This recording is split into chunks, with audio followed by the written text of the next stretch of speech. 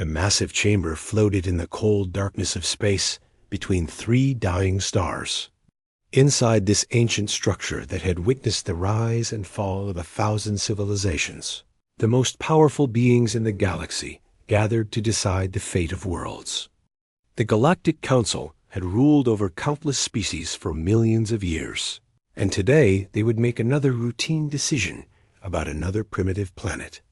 Ambassador Ziktar adjusted his crystalline exoskeleton and clicked his mandibles with satisfaction as he reviewed the data on his holographic display. The third planet orbiting the yellow star humans called Sol appeared before him in perfect detail. Blue oceans covered most of its surface, while green and brown continents scattered across the water like small islands. White clouds swirled through its atmosphere in patterns that suggested a stable climate perfect for life. "This world contains exactly what we need," Ziktar announced to the assembled council members. His voice carried the authority of someone who had overseen the conquest of 47 different worlds.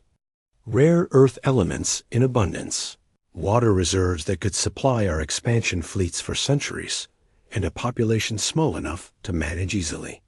Counselor Vexila materialized beside him in a shimmer of pure energy. Her species had long ago abandoned physical form and existed as beings of living light, but her voice carried the same casual dismissal that marked all council discussions about lesser civilizations. "These humans appear to be remarkably primitive. They still burn fossil fuels for energy and use metal projectiles as weapons. Their fastest spacecraft barely qualify as interplanetary vessels." High Arbiter Kurthin had ruled the council longer than any other being in galactic history. His ancient form resembled a walking tree made of living metal, and when he spoke, reality itself seemed to bend around his words.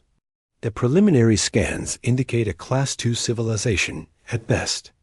They have discovered nuclear fission, but show no signs of understanding quantum mechanics or faster-than-light physics. Standard invasion protocols should prove more than adequate. The data streaming across their displays painted a picture of a species that had barely begun to understand the universe around them. Human technology appeared laughably primitive to beings who had mastered the fundamental forces of creation itself. Their most advanced weapons relied on chemical explosions to propel metal fragments at their enemies. Their spacecraft used controlled explosions to push themselves through space at speeds that would take years to cross their own solar system. They are divided into separate nations that fight among themselves, reported Intelligence Coordinator Brixenol, whose cybernetic implants processed information faster than most organic minds could comprehend. Over 200 different governments compete for resources on a single planet. They cannot even achieve unity among their own species, much less pose any threat to our forces. The council members shared what passed for laughter among beings who had evolved beyond such simple emotions. The idea that this fractured, primitive species could offer any meaningful resistance to the combined might of the Galactic Council struck them as genuinely amusing. They had conquered civilizations that could harness the power of entire stars, absorbed species that could manipulate space and time itself, and brought order to beings who existed in dimensions beyond normal understanding. What resistance capabilities do they possess? Asked Ambassador Veltar of the Synthetic Commonwealth. His mechanical body hummed with quantum processors that could simulate millions of battle scenarios in microseconds. Ziktar gestured, and the holographic display shifted to show human military installations scattered across their planet. Their most powerful weapons are fusion devices that release energy equivalent to a few million tons of chemical explosive. Impressive by primitive standards, but our shield generators can absorb such attacks without strain. Their aircraft cannot exceed the speed of sound for extended periods, and their naval vessels are confined to their planet's surface oceans. Space-based defenses? Inquired Kurthin, though his tone suggested he already knew the answer. Minimal, Brixenol replied with mechanical precision. A few satellites with basic sensor arrays and communication relays. One small space station that serves as a research facility. No orbital weapons platforms, no defense grids, no fleet of any significance. They have launched perhaps a dozen missions beyond their immediate orbital space, most of them automated probes. The Council reviewed the tactical assessments with the detached interest of beings who had seen this scenario play out countless times before. Every species followed the same predictable patterns when faced with superior force. First came denial, then desperate resistance, followed by negotiation attempts, and finally submission when they realized the futility of opposing galactic authority. Recommended force deployment? Kurthan asked, though this too was routine. Procedure. 3 Class 7 battle cruisers should prove sufficient. Zektar responded confidently.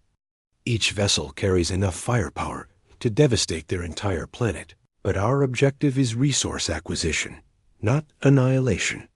A demonstration of superior technology should convince their leadership to surrender without requiring significant destruction of infrastructure. The other council members nodded in agreement. 3 battle cruisers represented overwhelming force against any Class 2 civilization. These massive vessels could generate enough energy to power an entire star system, carried shield generators that could deflect anything short of stellar-level forces, and housed invasion forces trained in conquering hundreds of different world types. Time frame for completion? Asked Counselor Nixara, whose gaseous form rippled with impatience. Standard rotation cycle, Zektar replied. Initial contact and demand for surrender, followed by demonstration of force if necessary, then occupation. And resource extraction.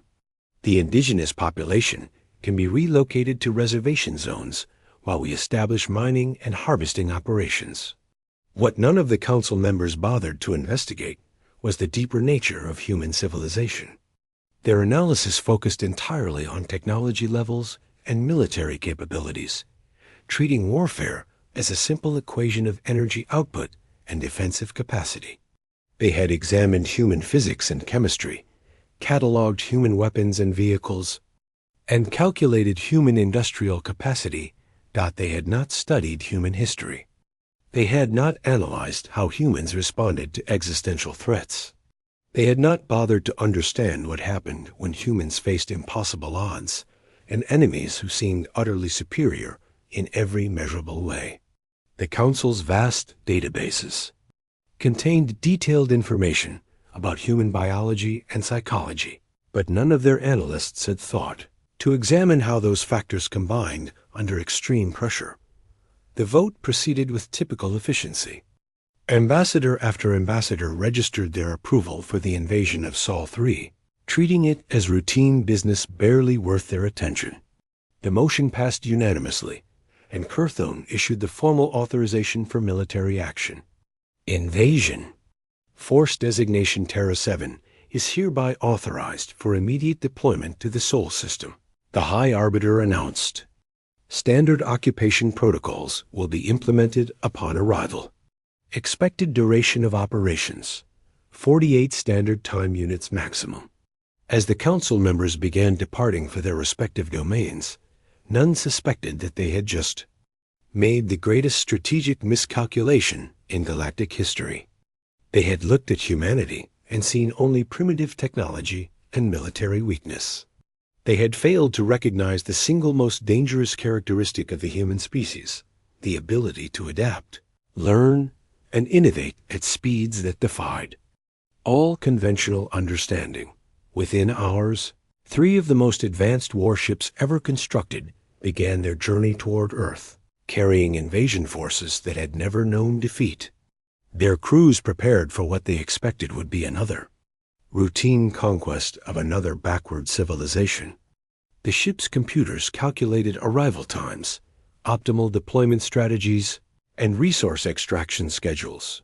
None of them realized they were heading toward a confrontation that would fundamentally change the balance of power in the galaxy forever.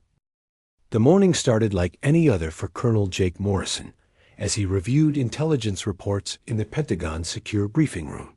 Coffee grew cold in his mug while he studied satellite images of unusual solar activity that had been flagging automated systems for the past 3 days.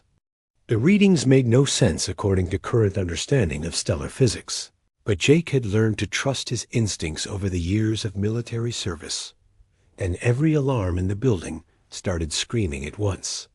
"Sir, we have 3 massive objects appearing in high Earth orbit," Lieutenant Amy Rodriguez called out from her monitoring station.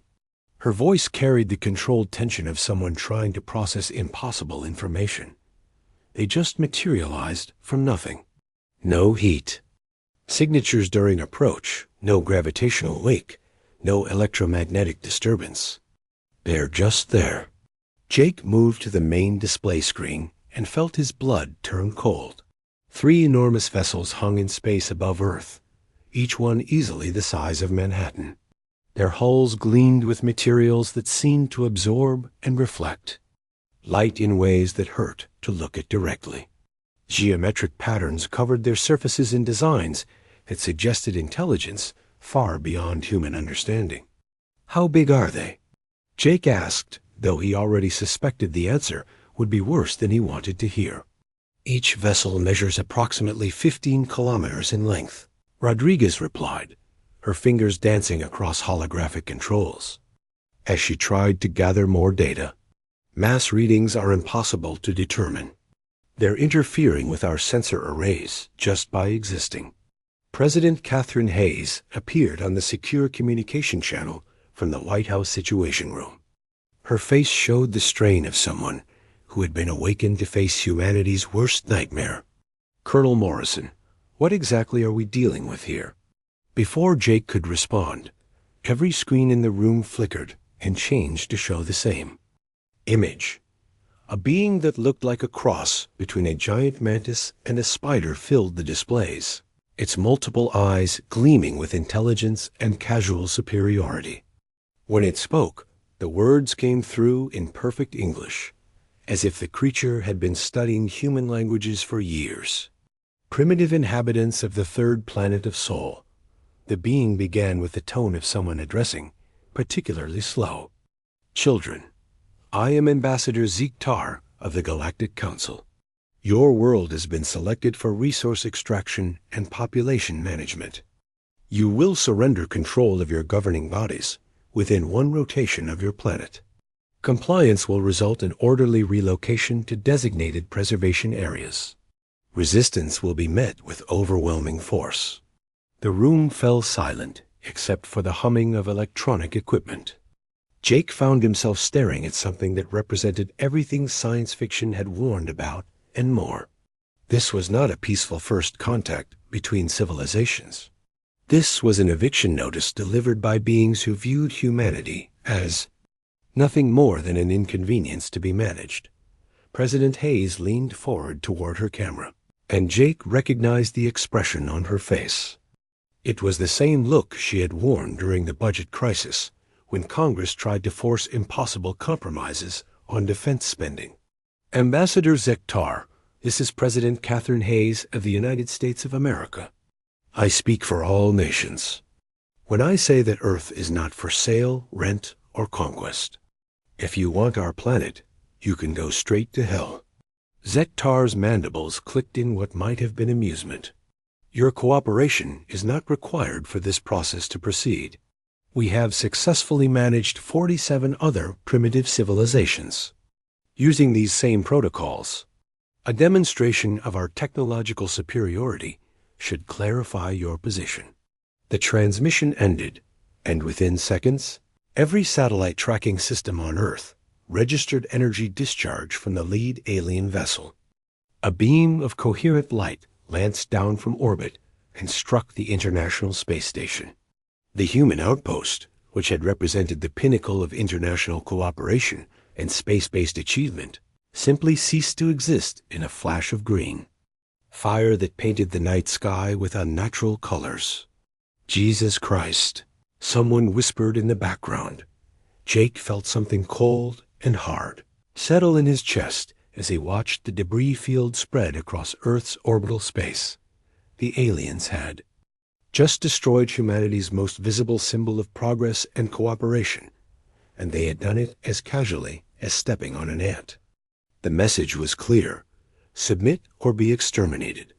But the aliens had made their first critical mistake. They had studied human technology and military capabilities, but they had not bothered to understand human psychology. The destruction of the space station did not create the fear and despair that had worked on 47 other worlds. Instead, it triggered something far more dangerous: human anger. All stations, this is Colonel Morrison, Jake announced over the military communication network. Implement Broken Arrow Protocol immediately. All nuclear submarines to launch depth. All strategic forces to maximum readiness. All allied nations are to consider this a global emergency requiring immediate military cooperation.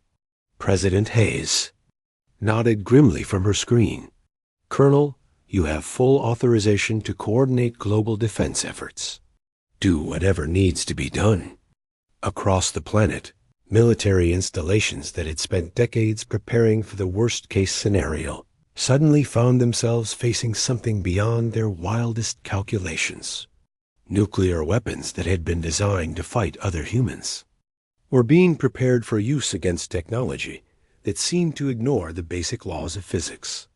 Fighter pilots who had trained to engage enemy aircraft were now planning attacks against vessels that could appear and disappear at will. Dr. Helen Carter burst into the Pentagon briefing room, carrying a tablet loaded with preliminary analysis of the alien energy weapon.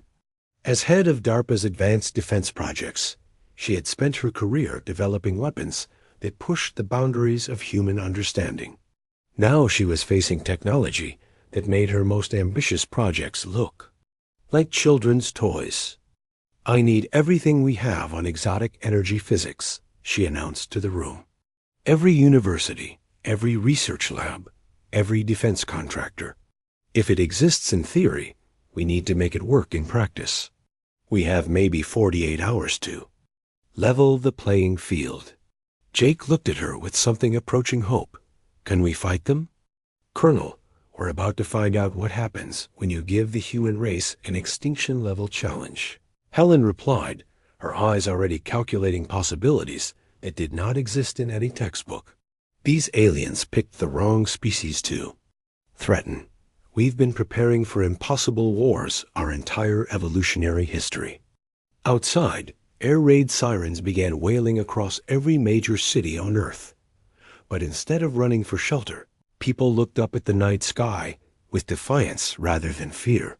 Humanity had faced ice ages, supervolcano eruptions, plague, and world wars.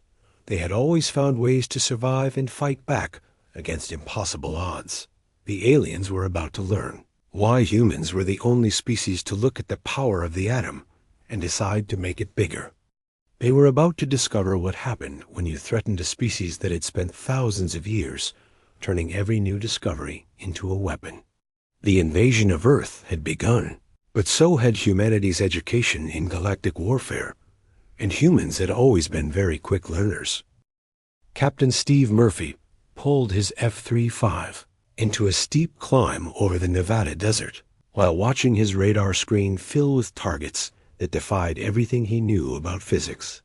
The alien fighter craft moved through the sky like they were swimming, through water instead of flying through air, turning at angles that should have torn any pilot apart from gravitational forces.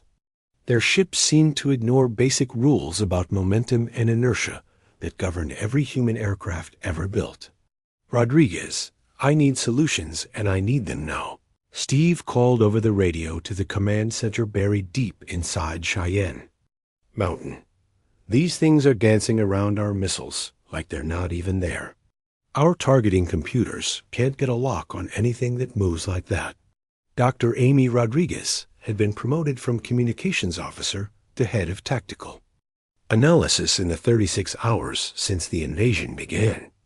She stared at screens showing flight patterns that made no sense according to human understanding of aerodynamics, while her mind raced through possibilities that should not have existed. Captain Murphy, their ships are using some kind of gravitational field manipulation to move, she replied, her voice carrying the excitement of someone who had just solved an impossible puzzle. They're not pushing against air resistance like our aircraft. They're actually bending space around themselves to change direction. That's great, Rodriguez, but how do I shoot something that can rewrite physics on the fly? Amy looked at the yaw. Data streaming from satellites and ground-based sensors, watching the alien fighters weave through formations of human aircraft without taking a single hit from conventional weapons. The aliens had superior technology, but they were still operating under the same basic laws of physics that governed everything else in the universe. They just understood those laws better than humanity did. Captain, switch all aircraft to emergency transponder mode and activate every electronic countermeasure system simultaneously, Amy ordered, her fingers flying across holographic controls, as she coordinated with military units across the globe. We're going to overload their sensors with so much false information that their targeting systems won't know what to shoot at. What happened next would later be studied in military academies across the galaxy as the first example of human adaptive warfare. Within minutes, every human aircraft in the sky began broadcasting multiple false signatures while jamming equipment, created clouds of electronic noise that confused alien sensors, designed to track single targets with precision. The alien fighters suddenly found themselves trying to lock on to what appeared to be thousands of human aircraft, all occupying the same airspace. Their advanced targeting computers, programmed to handle conventional military engagements, began malfunctioning as they tried to process contradictory data that suggested impossible numbers of enemy vessels. Meanwhile, in laboratories and workshops around the world, human scientists were working at a pace that defied belief. Dr. Helen Carter stood before a whiteboard covered with equations that married theoretical physics with practical engineering, surrounded by the brightest minds from universities and defense contractors who had been flown in from every corner of the globe. If their shields work by manipulating gravitational fields to deflect incoming projectiles, she explained to the assembled team, then we need to hit them with something that doesn't follow normal gravitational rules. Dr. Lisa Wong raised her hand from the back of the room. She was a graduate student who had been working on plasma confinement for fusion reactors until yesterday, when the world changed forever. What if we don't try to penetrate their shields at all? What if we make their own defensive systems work against them? Helen paused in her writing and turned to face the young scientist. Explain. Plasma doesn't behave like normal matter when it interacts with gravitational fields, Lisa continued, her voice gaining confidence as she worked through the theory in real time. If we can create a plasma shell and fire it at their shields, the gravitational manipulation might compress and accelerate the plasma instead of deflecting it. We could turn their own defenses into weapons. 6 hours later, the first human plasma artillery shell was loaded into a modified naval railgun, mounted on a destroyer in the North Atlantic. The weapon represented everything that made humans dangerous: the ability to take theoretical knowledge and turn it into practical applications faster than any other species in known galactic history.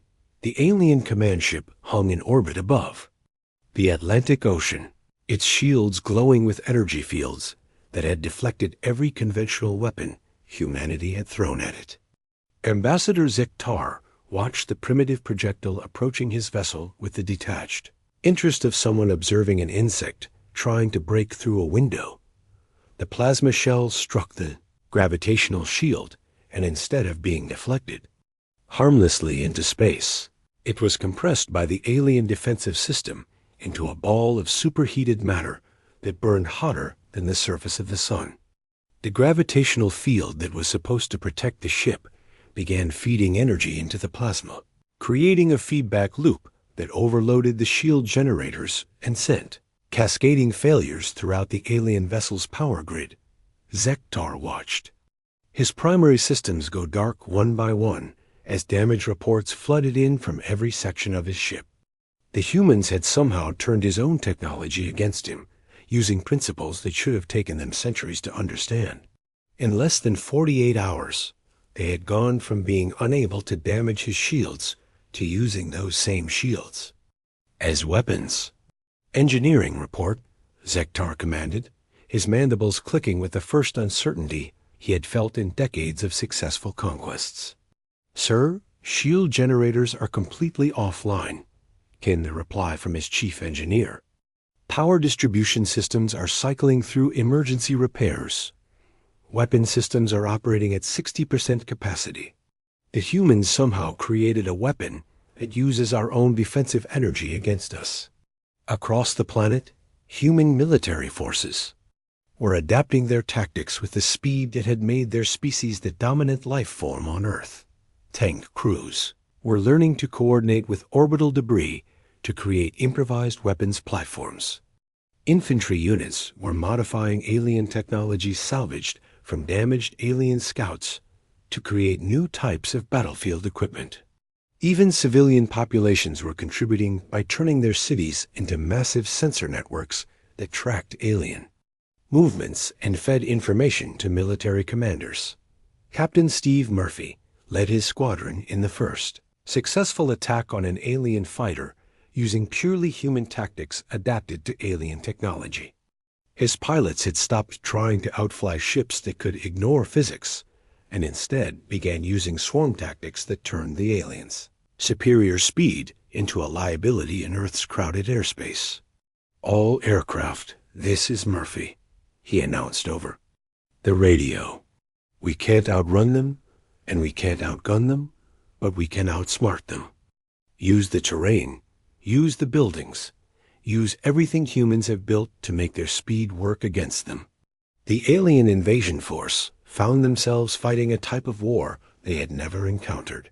Instead of the conventional military resistance they expected, humans were fighting with creativity, adaptability, and a willingness to turn anything and everything into a weapon. They were learning alien technology faster than the aliens could adapt their own tactics to counter human ingenuity.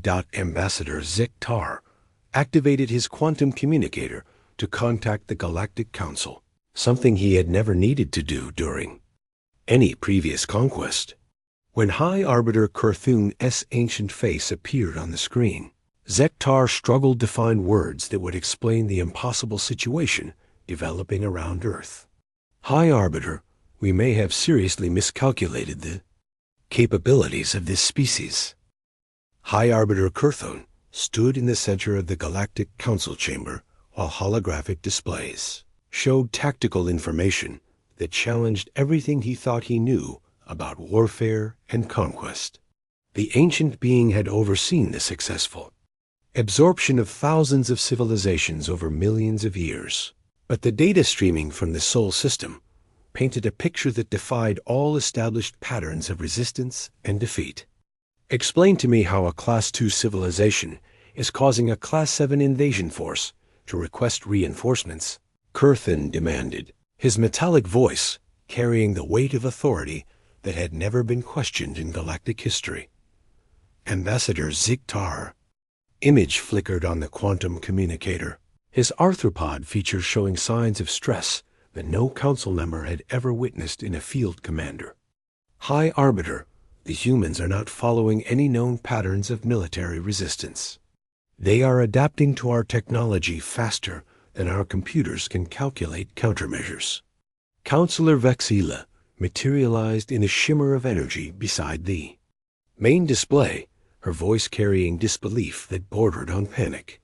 Adaptation implies gradual learning over extended periods. You are describing impossible rates of technological advancement. I am describing what I am witnessing, Zektar replied, transmitting real-time footage from the battle zones around Earth.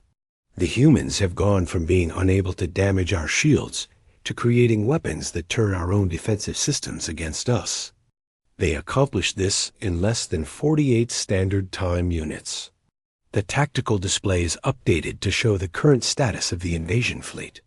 Of the 3 massive battle cruisers that had been dispatched to overwhelm Earth's primitive defenses, one was completely offline and drifting in orbit like a dead whale. The second was operating at reduced capacity with multiple system failures cascading through its hull. Only Zektar's command vessel maintained full operational status, and even it showed stress fractures from attacks that should not have been possible. "Show us these human weapons," ordered Ambassador Kriksoth of the Silicon Concordat, whose mechanical mind processed information at quantum speeds that should have made surprises impossible. The display shifted to show human military forces engaging alien ground troops in urban environments that had been transformed into elaborate trap networks. The humans had evacuated their major population centers and turned their own cities into weapons, using everything from modified industrial equipment to improvised explosive devices that incorporated salvaged alien technology. "They are weaponizing their infrastructure," Zektar reported with something approaching awe in his voice. "When our ground forces landed expecting conventional military resistance, they found cities that had been converted into massive killing fields. The humans used their own urban planning against us." The council members watched in growing horror as human forces demonstrated tactics that no military academy in the galaxy had ever conceived. Human aircraft were using civilian air traffic control systems to coordinate attacks across entire continents. Ground forces were employing construction equipment modified with alien power sources to create improvised weapons platforms. Even human children were contributing by using their communication networks to track alien movements and relay information to military commanders. "Their adaptation rate is exponential," continued Zektar, transmitting data that made the council's most advanced strategic computers struggled to process the implications. "Every piece of our technology they encounter, they reverse engineer, improve upon, and implement in ways we never intended. They are treating our invasion as a learning opportunity." Intelligence Coordinator Brixenel accessed the tactical databases and began processing battle reports with mechanical precision. "The humans have demonstrated mastery of technologies that should require centuries of development. They have created plasma weapons, gravitational manipulation devices, and quantum communication systems using principles they discovered by studying our equipment for mere hours." "That is impossible," stated Counselor Nixara, whose gaseous form rippled with agitation. "No species has ever demonstrated such rapid technological advancement under combat conditions." "Watch this." Zektar transmitted footage of human scientists working in laboratories that had been established in underground facilities around the globe. Dr. Helen Carter appeared on screen leading teams of researchers who were taking apart alien equipment and rebuilding it into forms that even the Council's engineers found impressive. "They are not just copying our technology," Zektar explained. "They are improving it. Their modifications to our power systems increase efficiency by factors we did not think possible. Their changes to our weapon systems create destructive capabilities that exceed our original designs." The silence in the council chamber was deafening as the implications of this revelation settled over beings who had considered themselves the ultimate authority on technological development. For the first time in their collective memory, the Galactic Council was facing a species that seemed to treat impossible challenges as opportunities for innovation. "Deploy the reserve fleet," Korthon commanded, making a decision that violated every principle of proportional response the Council had established over millions of years. Full Class 9 force authorization. The order sent shock waves through the assembled Council members. Class 9 responses were reserved for species that posed existential threats to galactic civilization itself. They had only been used 3 times in the Council's history, and never against a civilization that had not achieved faster-than-light travel capability. "High Arbiter, are you certain this level of response is warranted?" asked Ambassador Veltar, whose synthetic consciousness calculated the enormous resource expenditure such a deployment would require.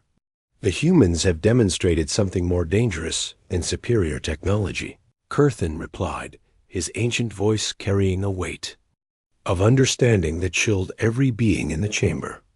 "They have demonstrated the ability to evolve their capabilities in real time. They are not just adapting to our invasion. They are using it to accelerate their own development at rates that threaten the fundamental balance of galactic power." 12 of the most advanced warships in the galactic arsenal received orders to proceed immediately to the Sol system with authorization to use any level of force necessary to end the human resistance. These vessels represented the pinnacle of Council military technology, carrying weapons that could shatter planets and defensive systems that had never been breached by any known force. But as the reserve fleet began its journey toward Earth, reports continued streaming from the battle zone that suggested the humans were not content to simply defend their homeworld. Captain Steve Murphy's voice crackled over intercepted human military communications, coordinating attacks that demonstrated strategic thinking beyond anything the Council had expected from a primitive species. "All task forces, this is Terra. Command," Steve announced to human forces operating across the solar system. "The enemy has shown us their technology. Now we show them what humans do with new tools. Time to take this fight beyond Earth's orbit." Dr. Helen Carter's research teams had achieved something that terrified the Council more than any conventional military threat. They had not just mastered alien technology, they had begun theorizing about improvements that even the Council's most advanced scientists had never conceived. The humans were not just fighting for survival anymore. They were preparing to export their newfound capabilities beyond their own star system. "Ambassador," Zektar ended his transmission with words that would haunt the Galactic Council for generations to come. "High Arbiter, I believe we may have awakened something that was better left sleeping. The humans are no longer defending their world. They are preparing to claim their place in the galaxy." High Arbiter Kurthan had ruled the Galactic Council for longer than most civilizations had existed. But as he stood alone in his private chambers reviewing the latest reports from the Sol system, he felt something he had not experienced in millions of years: genuine terror. The reserve fleet that had been dispatched to end the human problem once and for all was sending back information that challenged everything the Council thought they knew about warfare, technology, and the nature of intelligent life itself. 12 most advanced warships in the galactic arsenal had arrived in the Earth's orbital space 72 hours ago, with orders to demonstrate overwhelming force and crush human resistance permanently. Instead, they had encountered something that no military strategist in galactic history had ever conceived: an entire star system that had been turned into a weapons platform by a species that had mastered faster-than-light technology in less than a week. "This is impossible," Kurthan whispered to himself as he reviewed the tactical analysis for what felt like the 100th time. The humans had not just defended their homeworld. They had weaponized everything within 50 million kilometers of their sun, Earth's moon, which Council intelligence had dismissed as a dead rock with no strategic value, now bristled with railguns that fired projectiles at significant fractions of light speed. The asteroid belt between the 4th and 5th planets had been converted into a minefield of automated weapons platforms that used alien technology to power defensive grids spanning millions of cubic kilometers. Even the gas giants in the outer system had been equipped with gravity well generators that could trap faster-than-light vessels and drag them out of hyperspace. The timeline made Kurthan's ancient mind struggle to process the implications. 7 days earlier, humans had been using chemical rockets to reach their own moon. Now they were intercepting Council warships traveling between star systems using technology that represented advances the Council had taken centuries to develop. The quantum communicator chimed with an incoming transmission from Fleet Admiral Dexinar, commander of the reserve force. When the reptilian being's image appeared on screen, Curthin was shocked at what he saw. Gone was the confident authority of a military leader who had never known defeat. In its place was something that looked like a predator that had suddenly realized it was being hunted. High Arbiter, I must recommend immediate withdrawal from the Sol system. Dexinar began, his scaled features showing strain that spoke of battles fought against impossible odds. The humans are no longer defending their planet. They are actively hunting our ships. Explain, Curthin commanded, though part of him dreaded the answer. They have organized their entire species into a single military entity. Dexinar replied, transmitting tactical data that painted a picture of coordinated resistance spanning multiple worlds. Their strategic planning operates with a level of coordination that suggests hive mind capabilities, but they retain individual creativity that makes their tactics unpredictable. We have lost 4 vessels to attacks that came from directions we thought were impossible. The display updated to show the current status of the reserve fleet. Of the 12 massive warships that had entered the Sol system, 4 were completely destroyed, 3 were operating at reduced capacity, and the remainder were engaged in running battles with human forces that seemed to appear and disappear, at will using modified alien transportation technology. They are not fighting the war we came to fight, Dexinar continued. They have taken our own technology and used it to create weapons and tactics that do not exist in any military database. They are treating this invasion as an opportunity to field test technologies they developed by studying our equipment. Curthin felt something cold settle in his core as he processed the strategic implications.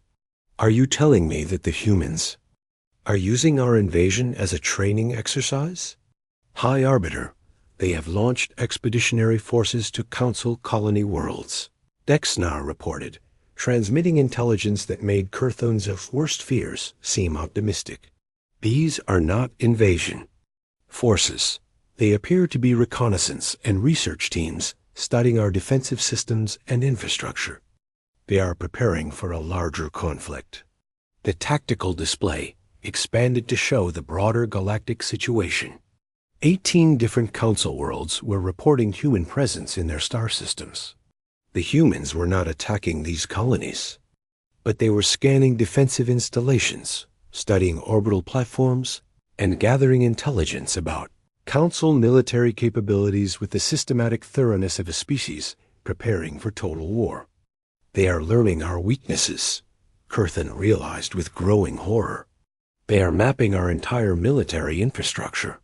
Captain Steve Murphy's voice crackled over an intercepted human military communication channel, coordinating operations.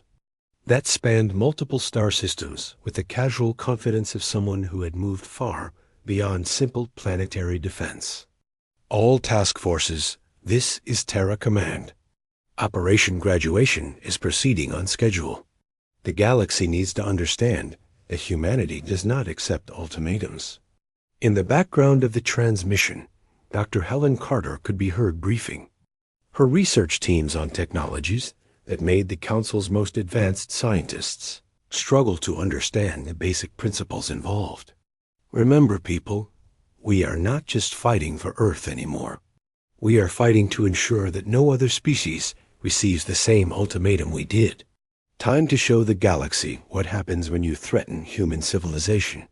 Curthin closed the communication channel and activated the emergency Council session protocols that had not been used since the last galactic war millions of years ago. For the first time in recorded history, the Galactic Council was going to have to negotiate with the species they had attempted to conquer. But as alerts began flashing across his command systems indicating human forces approaching Council core worlds, Curthin realized that negotiation might no longer be an option. The humans were not behaving like a species seeking peace or even revenge. They were behaving like a civilization that had decided to claim its place as a galactic power, regardless of what the established authorities wanted. Ambassador Jake Morrison appeared on communication screens throughout the galaxy as human forces took position around Council administrative centers. His message was broadcast simultaneously to every inhabited world under Council authority, delivered in hundreds of different languages with the kind of precision that suggested the humans had been preparing this moment since their first contact with alien technology. Citizens of the galaxy, this is Ambassador Jake Morrison, representing the United Earth Government. 7 days ago, the Galactic Council sent an invasion force to our world with orders to destroy or relocate our entire civilization. They made a critical error. They assumed that superior technology guaranteed victory. They forgot that evolution favors adaptability over strength. The transmission continued with footage of human achievements that had been accomplished in the week since first contact. Humans had not just reversed alien technology. They had improved it beyond what the Council thought possible. They had not just defended their world. They had demonstrated the ability to project military force across interstellar distances using principles the Council's best scientists were still trying to understand. The invasion of Earth is over, Jake announced with the quiet confidence of someone delivering a simple statement of fact. The expansion of humanity into galactic civilization is just beginning. We hope for peaceful coexistence with all species, but we will not tolerate threats to human sovereignty or the sovereignty of any other civilization. The age of conquest through superior technology ends today. High Arbiter Kurthin made a decision that would reshape galactic politics forever. All Council forces, this is High Arbiter Kurthin. Implement immediate ceasefire protocols. Open diplomatic channels with the Terran Military Command. Prepare formal documents recognizing human sovereignty and equal status within the galactic community. The invasion of Earth had lasted exactly 1 week. The human transformation from a primitive planetary civilization to a galactic superpower had taken the same amount of time. The galaxy would never be the same.